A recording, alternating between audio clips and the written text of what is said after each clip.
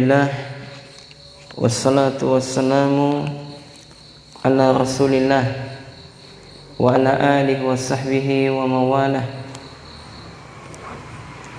Asyhadu an la ilaha illallah wahdahu la syarika lah wa asyhadu anna muhammadan abduhu wa rasuluh la nabiyya ba'dah.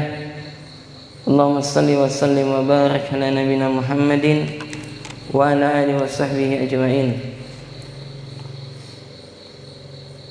Jemaah rahimani rahimakumullah, kita akan melanjutkan kajian kita Taman Orang-Orang Soleh atau kitab Riyadhus Shalihin, buah karya Al-Imam An-Nawawi rahimahullah. Kita telah masuk kepada halaqah yang ke-39. Kita telah masuk kepada halaqah ke-39.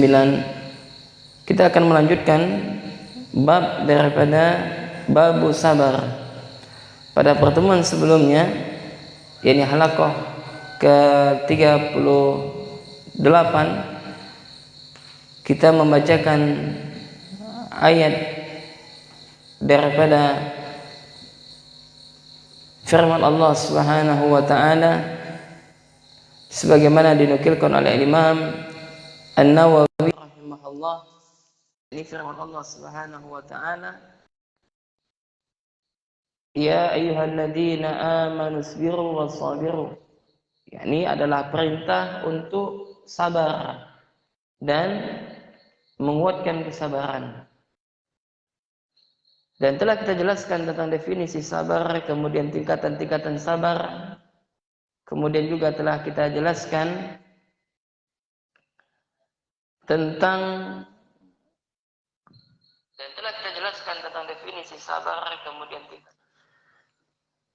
yang berkaitan dengan sabar. Kemudian kita lanjutkan ayat yang kedua yang dibawakan oleh Imam An-Nawawi rahimahullahu taala. Qala musannif rahimahullah wa qala ta'ala. Kemudian beliau membawakan dalil yang kedua, yakni dalam Al-Quran surah Al-Baqarah ayat 155. Wala nabluwannakum bisyai'in minal khawfi wal ju'i wa naqsin minal amwali wal anfusi wat thamarat wa basyirus sabirin. Yani Allah Subhanahu wa taala berfirman, wala nabluwannakum, dan sungguh kami akan menguji kalian bisyai'in, dengan sesuatu, kata Allah. Maka ya ikhwan rahimani rahimakumullah, hidup ini adalah cobaan. Hidup ini adalah cobaan, hidup ini adalah ujian. Maka Allah sebutkan wala nabluwannakum bisyai'in. Dan kami, kata Allah Subhanahu wa taala, dan sesungguhnya kami akan menguji kalian. Dengan apa? Bisyai'in, dengan sesuatu. Jadi hidup ini adalah ujian. Ya Allah akan menguji kita. Itu adalah satu kepastian. Dengan apa Allah menguji kita? Banyak hal. Di antaranya adalah yang pertama minal khawfi, dari rasa ketakutan, wal ju'i, dan yang kedua adalah dari rasa lapar, wa naqsin minal amwal, dan yang ketiga adalah dari kekurangannya harta, wan nafsu, dan dari jiwa, wat thamarati, dan dari yakni buah-buahan. Ya, jadi Allah Subhanahu wa taala itu akan menguji kita. Yang pertama apa? Dengan rasa takut. Ya, takut dengan apa? Banyak. Takut terhadap bencana. Ya, maka sebagaimana disebutkan oleh para ulama, salah satunya adalah Syekh Muhammad bin Shalih Al-Utsaimin dalam kitabnya Syarah Salatatul Usul. Ketika beliau mensyarah kitab tersebut, ketika masuk pembahasan tentang masalah al-khauf, beliau mengatakan al-khauf salatata anwa'in. Ya, takut itu ada 3 macam. Yang pertama adalah takut tabi'i, al-khauf tabi'i, takut secara naluri. Apa contohnya? Kita takut kepada binatang buas, kita takut tenggelam, kita takut api. Ini adalah takut secara naluri, tabiat. Maka boleh yang seperti ini. Kemudian yang kedua adalah menyebutkan al-khauf ibadah, takut ibadah. Yakni takutnya seseorang yang dengan Rabbnya, takutnya seseorang kepada yang diperibadatinya, jadi kepada Allah Subhanahu wa taala. Kemudian yang ketiga adalah al-khauf sirri, takut secara sembunyi. Takut apa itu? Takut kepada ya makhluk halus, takut kepada kuburan dan yang semisalnya. Maka jenis takut yang ketiga ini adalah haram, bisa termasuk kepada asyirku billah. Adapun al-khauf ibadah, takut yang sifatnya adalah ibadah, ada yang terpuji dan ada yang tak terpuji. Kapan takut ibadah kita terpuji? Apabila takut kita tersebut membuahkan apa? Amal ketaatannya enggak. Kalau Anda takut kepada Allah, maka Anda harus beramal. Anda melakukan ketaatan kepada Allah dan Anda menjauhi larangan Allah Subhanahu wa taala. Akan tetapi takut yang tak terpuji dari jenis yang kedua ini adalah apabila Anda mengatakan Anda takut kepada Allah tapi Anda tak melakukan ketaatan, malah Anda melakukan kemaksiatan, waliyadzubillah. Maka ini adalah takut yang tak terpuji. Jangan sampai kita melakukan hal demikian. Maka di sini Allah Subhanahu wa taala menyebutkan adalah takut secara naluri. Takut itu adalah ujian daripada Allah Subhanahu wa taala. Ya, maka Allah akan menguji kita dengan apa? Dengan rasa ketakutan. Takut apa? Takut miskin. Takut apa lagi? Takut masa depan yang tak jelas tentang masalah dunia. Takut apa lagi? Takut kalau seandainya kita tak dapat pekerjaan ketika kita pindah di satu tempat. Ya, sehingga apa? Kita tidak mau pindah. Ya. Takut kepada siapa? Kepada atasan.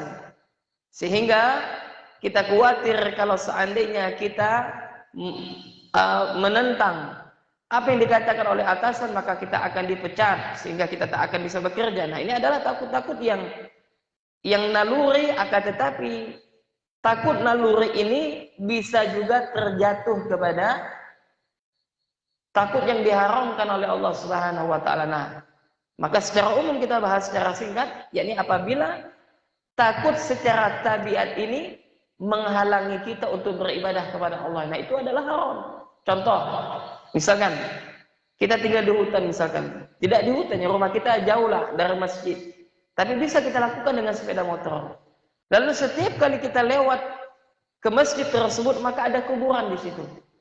Ya, ada kuburan. Ya, ada kuburan, kemudian ada binatang buas, bukan kuburan, ya binatang buas. Ada tempat binatang buas di sana. Maka kalau seandainya takut tabiat kita ini menghalangi kita untuk beribadah kepada Allah, menghalangi kita untuk melaksanakan salat berjamaah di masjid, maka sungguh takut secara tabiat ini terjatuh kepada perbuatan yang diharamkan. Kenapa? Karena dengan takutnya tersebut terhalang dia untuk melakukan ketaatan kepada Allah. Maka ini tidak boleh. Naam. Maka Allah akan menguji kita dengan apa? Ikhwan rahiman rahimakumullah. Dan juga kepada sahabat muslim Bekra Indonesia chapter Singkawang rahiman rahimakumullah. Wa barakallahu fikum. Ya, Masya Allah setia senantiasa menyimak, ya, meluangkan waktunya ya untuk mendengarkan secara online melalui media akun Facebook Mushola Al-Barakah, barakallahu fikum. Kemudian apa yang kedua kata Allah Subhanahu wa taala, wal ju'i. Jadi apa? Rasa lapar. Jadi rasa lapar itu adalah ujian daripada Allah Subhanahu wa taala. Apakah ada orang yang tak makan?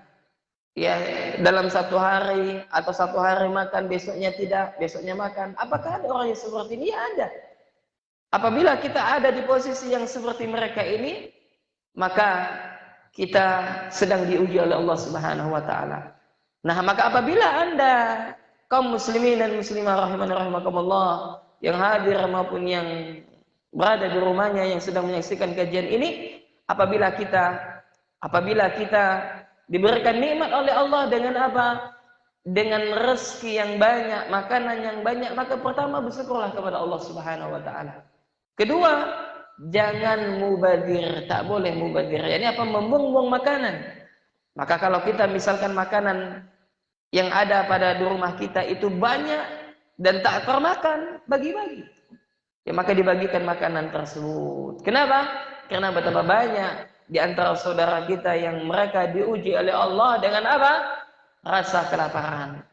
Kemudian apa lagi yang Allah uji? Wa naqsim minal amwal, dan kurangnya harta. Ya, maka hidup ini tadi sebagaimana telah kami sebutkan adalah ujian, musibah. Dan pada pertemuan sebelumnya halaqah ke-37 kami sebutkan bahwasanya di dunia ini adalah tempat sumber permasalahan. Kalau kita hidup di dunia, dan tidak ingin menghadapi musibah, tidak ingin menghadapi masalah, maka salah tempat. Ya, di mana kita hidup tidak ada masalah, ya di surga nanti. Adapun selagi kita masih menginjakkan kaki kita di atas permukaan bumi ini, pasti ada masalah, itu pasti. Ya, itu adalah sesuatu yang merupakan sunnatullah. Maka Allah akan menguji kita dengan apa? Dengan kekurangan harta. Ya, ini apa? Hidup miskin adalah ujian, dan kaya pun adalah ujian. Dan bukan berarti ketika Allah meluaskan rezeki seseorang berarti Allah ridho kepada orang tersebut. Lah, tidak. Ya, kaya miskin itu adalah ujian daripada Allah Subhanahu wa taala. Kemudian wal nafsu, yakni apa? Jiwa. Hilangnya jiwa orang yang kita cintai dengan kematian itu adalah ujian daripada Allah Subhanahu wa taala. Intinya apa? Bahwasanya kita ini maupun orang-orang yang kita cintai, mereka akan pergi nanti meninggalkan kita. Kitanya yang meninggalkan mereka ataukah mereka yang meninggalkan kita, itu adalah satu kepastian.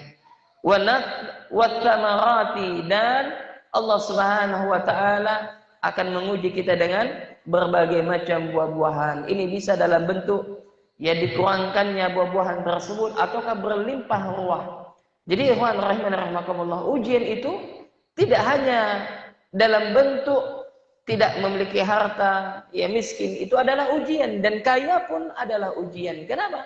Betapa banyak orang yang Allah Subhanahu wa taala berikan harta, mereka tak bersyukur kepada Allah Subhanahu wa taala. Dan orang kaya itu ikhwan rahimanirrahmakumullah, dia apa? Berusaha untuk dilatih jiwanya apa? Menjadi orang yang bersyukur kepada Allah. Dan orang sekarang kalau banyak duit, ya apapun bisa dilakukan. Ya, apapun bisa dilakukan. Pintu maksiat itu terbuka lebar di hadapannya. Nah, ini adalah ujian. Apakah bisa digunakan hartanya tersebut di dalam ketaatan kepada Allah ataukah tidak? Nah, miskin pun demikian, adalah ujian daripada Allah Subhanahu wa taala. Apakah dia bisa bersabar ataukah tidak? Dan yang semisalnya. Kemudian Allah Subhanahu wa taala yang mengakhiri ayat ini dengan wabasyir sabirin, dan berilah kabar gembira orang-orang yang sabar. Maka istidlal, sisi pendalilan kita pada kesempatan kali ini adalah bahwasanya kita harus menjalani kehidupan ini dengan kesabaran. Kita harus menjalani kehidupan ini dengan kesabaran. Dan orang-orang yang senantiasa berusaha sabar atas segala keadaan, maka mereka mendapatkan pahala yang besar daripada Allah Subhanahu wa ta'ala. Naam. Demikian yang dapat kami sampaikan, mudah-mudahan bermanfaat. Maka kesimpulannya adalah bahwasanya yang pertama, di dunia ini adalah tempat ujian. Di dunia ini adalah tempat ujian. Kesimpulan yang kedua adalah bahwasanya kita akan diuji oleh Allah Subhanahu wa taala. Kita akan diuji. Dan ingat jamaah, ujian kita satu sama lain itu berbeda sesuai dengan kualitas keimanan kita. Semakin tinggi keimanan kita, semakin besar ujian kita. Kemudian yang ketiga, bahwasanya kaya, miskin, kemudian rasa lapar, kemudian buah-buahan, anak-anak, istri, dan semuanya itu ada pada hakikatnya adalah ujian daripada kita. Kemudian yang kesimpulan yang terakhir adalah hendaknya kita senantiasa bersabar dalam segala hal, dalam segala kondisi, yang mana orang yang sabar tersebut mereka akan mendapatkan pahala yang besar yang telah dijanjikan oleh Allah Subhanahu wa taala, sebagaimana Allah sebutkan wabasyir sabirin, maka berilah kabar gembira orang-orang yang sabar. Dan mudah-mudahan kita semuanya yang hadir maupun yang mendengarkan via online, ya termasuk di antara orang-orang yang bisa bersabar dalam segala keadaan, ya terutama sabar kepada sikap istri kita, sabar kepada sikap orang tua kita atau mertua kita, sabar terhadap saudara kita, sabar terhadap guru kita dan yang semisalnya. Maka mudah-mudahan Allah Subhanahu wa taala memberikan pahala yang besar kepada kita apabila kita bisa bersabar dalam segala keadaan. Allahumma amin. Kita cukupkan sampai di sini. Subhanakallahumma wa bihamdik, asyhadu an la ilaha illa anta, astaghfiruka wa atubu ilaik. Assalamualaikum warahmatullahi wabarakatuh.